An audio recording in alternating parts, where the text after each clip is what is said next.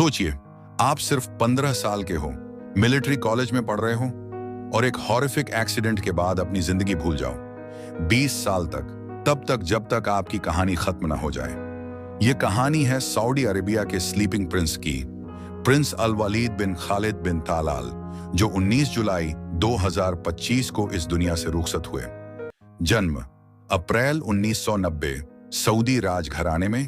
पिता प्रिंस खालिद बिन तालाल, चाचा billionaire Prince अल वलीद बिन तालाल मुख्य रूप से यूके में मिलिट्री ट्रेनिंग कर रहे थे।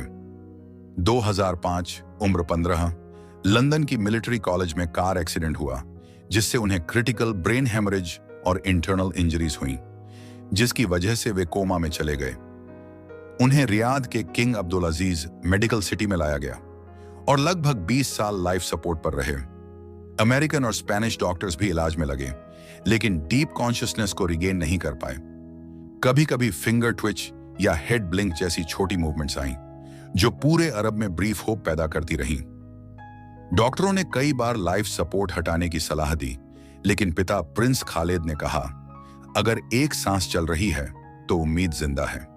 उनका घर और प्रिंस का हॉस्पिटल रूम एक शक्तिपूर्ण प्रार्थना स्थल बन गया, जहां रोज विजिटर और रिलीजियस लीडर्स आते रहे। अप्रैल 2025 में उनके 36वें जन्मदिन पर स्लीपिंग प्रिंस हैशटैग ट्रेंड हुआ और लोगों ने प्रेयर्स भेजे। 19 जुलाई 2025 को प्रिंस अल वलीद की मृत्यु हुई। उम्र 36 वर्ष और 20 साल कोमा के बाद उन्होंने आखिरी सांस ली। पिता ने ट्विटर पर लिखा, With hearts believing in Allah's will and decree, we mourn our beloved son. 20 साल सिर्फ एक पल की उम्मीद में बीत गए। प्रिंस अल वलीद ने कभी होश में आकर कुछ कहा नहीं, लेकिन उनकी खामोशी ने लाखों दिलों को छू लिया।